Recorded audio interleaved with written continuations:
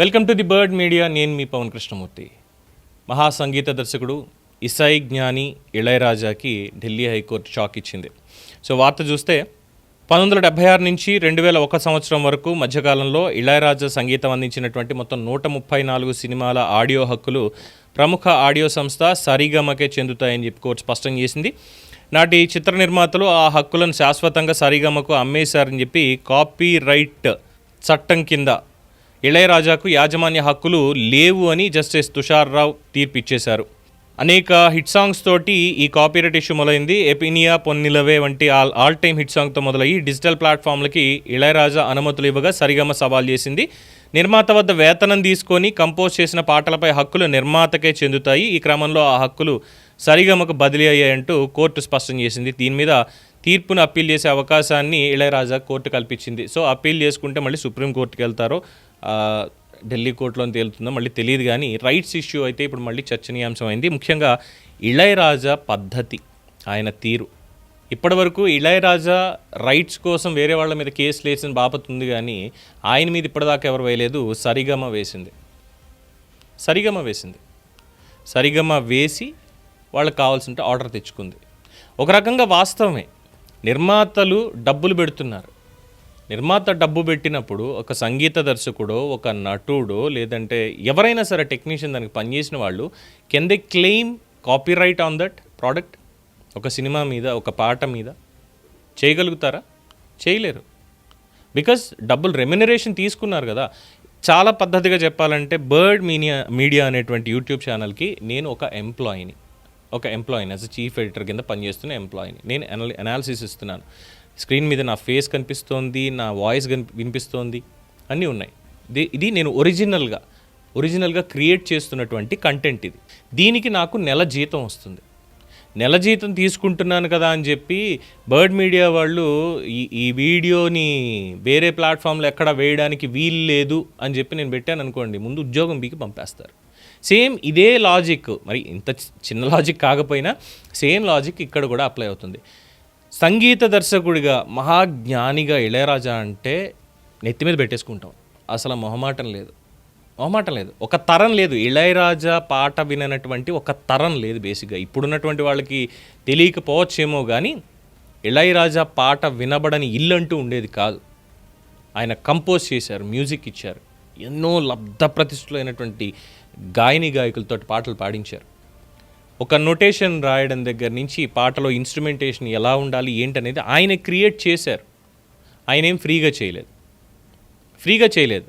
ఒక ప్రొడ్యూసరు బాబు ఇలా సినిమా తీస్తున్నాను నేను, రాజాగారు మీరు మ్యూజిక్ చేయాలి, ఇది కాన్సెప్ట్, దీంట్లో నాకు సందర్భానికి తగ్గట్టుగా ఇన్ని పాటలు ఇలా కావాలి, దీంట్లో ఏమైనా డ్రమటైజ్ చేయడానికి ఉందా, లేదు ఇంప్రవైజ్ చేయడానికి ఉందా, లేదు కొత్తగా ఇన్స్ట్రుమెంట్ ఏమైనా మీరు పరిచయం చేస్తారా, పాటకి తగ్గట్టుగా సందర్భానికి తగ్గట్టుగా ఈ ఐడియాస్ ఇస్తే ఈయన తన మేధని, తన ఇంటెలిజెన్స్ని యూజ్ చేసి, తన సంగీత జ్ఞానాన్ని యూజ్ చేసి పాట స్వరపరచడం, దాన్ని ఏ రాగంలో చేయాలి, ఎంత టోన్లో ఉండాలి, ఎవరు పాడితే బాగుంటుంది, వీటన్నింటినీ కూడా చేసిన దానికి ఒక సినిమాకి ఐ డోంట్ నో ఇప్పుడు ఎంత తీసుకుంటున్నారు అని తెలియదు, కనీసం ఒక 5 నుంచి 10 కోట్లు ఒక సినిమాకి, లేదు ఒక 5 కోట్లు తీసుకుంటున్నారు అనుకుందాం.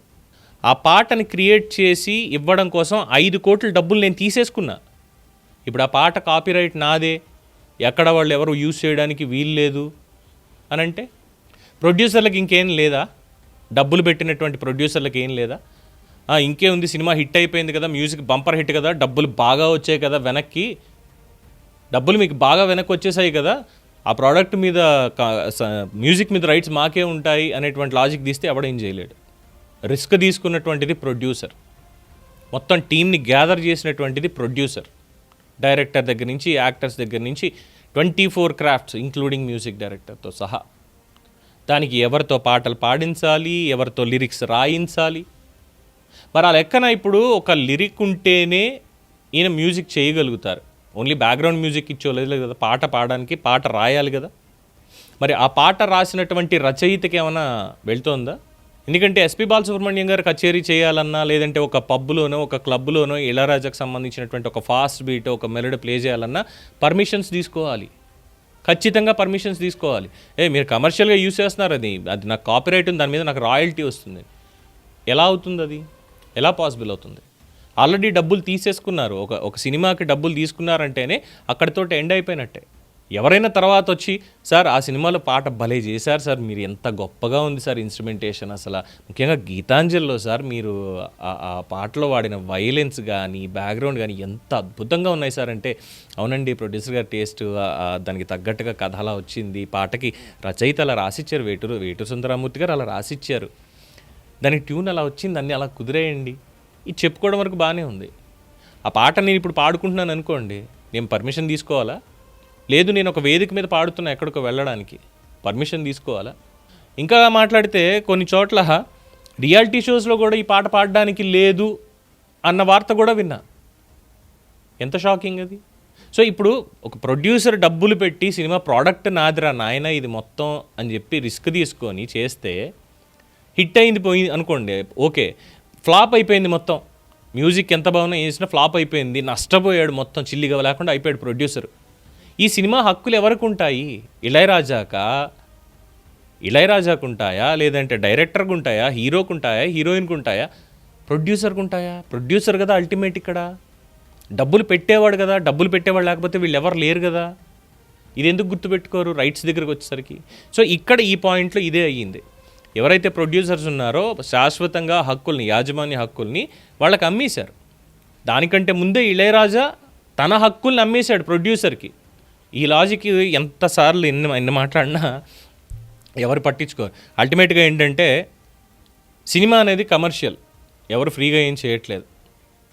త్యాగరాజ స్వామి కూడా అలాగే అనుకుని ఉంటే వీళ్ళందరి మీద కాపీరైట్లు ఎన్ని వేసి ఉండేవాడు ఆయన మహానుభావుడు.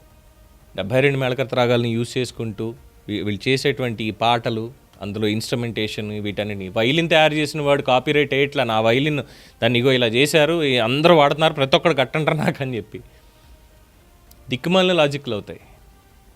సో ఇప్పుడు ఆయన ఏమీ ఆస్తులు సంపాదించుకోక్కర్లేదు కొత్తగా. ఇప్పుడు కొత్తగా ఇళయరాజాకి పేరు వచ్చేది లేదు. ఎప్పుడో ఎవరెస్ట్ పైకంటే వెళ్ళిపోయాడు, ఇంకో 10 ఎవరెస్ట్లు ఎక్కేసాడు ఆయన సంగీతంలో. ఇంకొక 10 తరాలైనా సరే ఇళయరాజా పాట వింటే మైమర్చిపోతారు, అందులో డౌట్ ఏమీ లేదు. కానీ ఈ కాపీరైట్ ఇష్యూ దగ్గర ఇళయరాజా మాత్రం ముందు నుంచి తప్పే చేస్తున్నారు. ఒక సినిమాకి సంబంధించినటువంటి పాటని ఇంకొక సినిమాలో ప్రొడ్యూసర్ని అడిగి ఫస్ట్ ప్రొడ్యూసర్ని అడగాలి, మ్యూజిక్ డైరెక్టర్ ఆయన్ని కూడా కాదు.